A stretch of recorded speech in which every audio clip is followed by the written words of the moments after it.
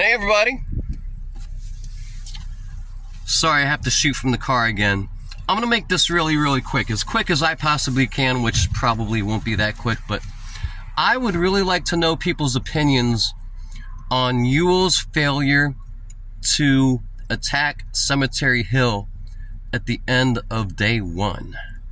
I'm really curious, and I'd love to hear from some other people, so please, you know, I kind of wish that I would get more comments in some of these videos, but on this one I would really like to hear some comments from people and some of y'all's opinions on Ewell's decision not to carry on in the late afternoon and the evening of the 1st.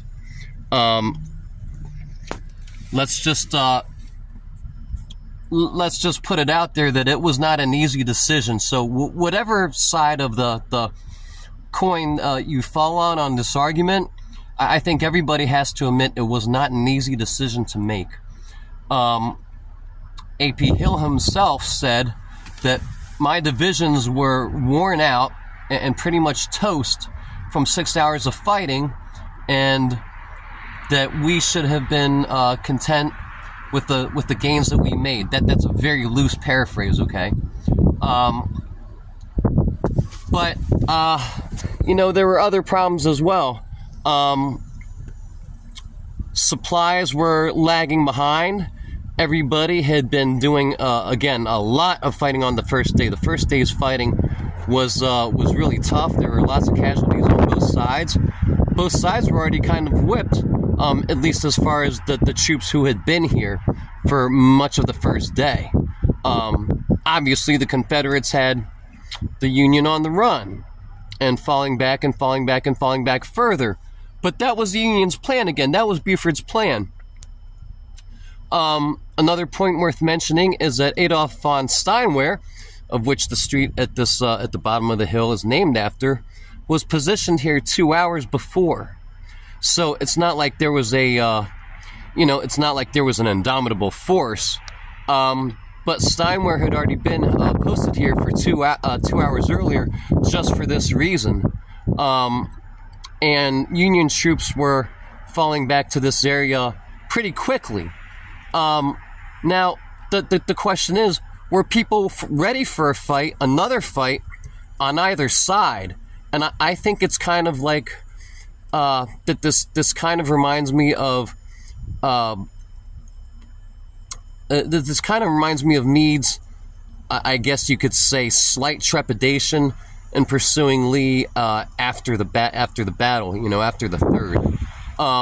Both sides were whooped. You know, both sides were ragged, hungry, disorganized. Right. So you know what? Some people have mentioned that the Confederates may have been just as disorganized from their victory as anything else. I'm not completely sure on how disciplined the troops were at this point as they were going through town. My guess is that they may not have been always terribly disciplined, although in general they probably were fairly disciplined, but I'm sure some were, you know, running off to the side, grabbing a drink, you know, ransacking stores, whatever. But they also had a lot of prisoners, of course. So they had a lot of prisoners with them.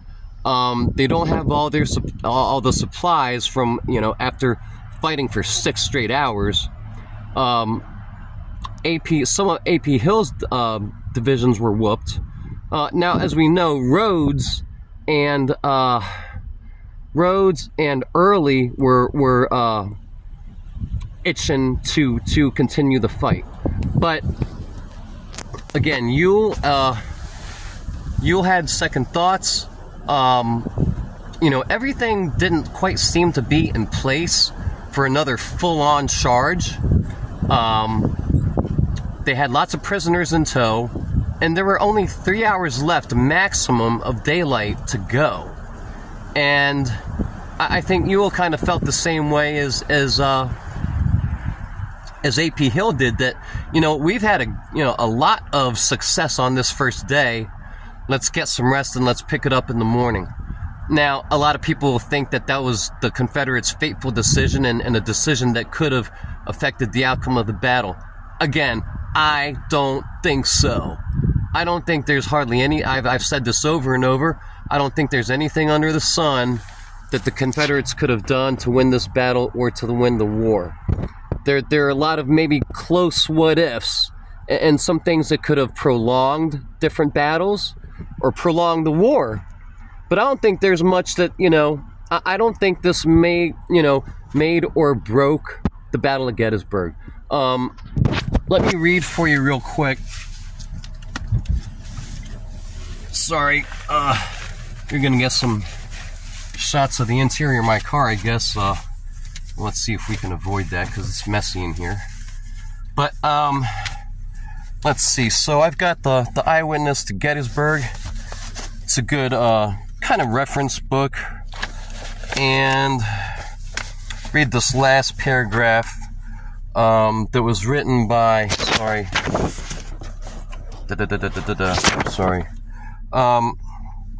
I think this was written by Captain James Smith, but General Lee directed me to say that General Ewell had regretted his people were not up to support him on the right, wished him to take Cemetery Hill if possible, or if practicable,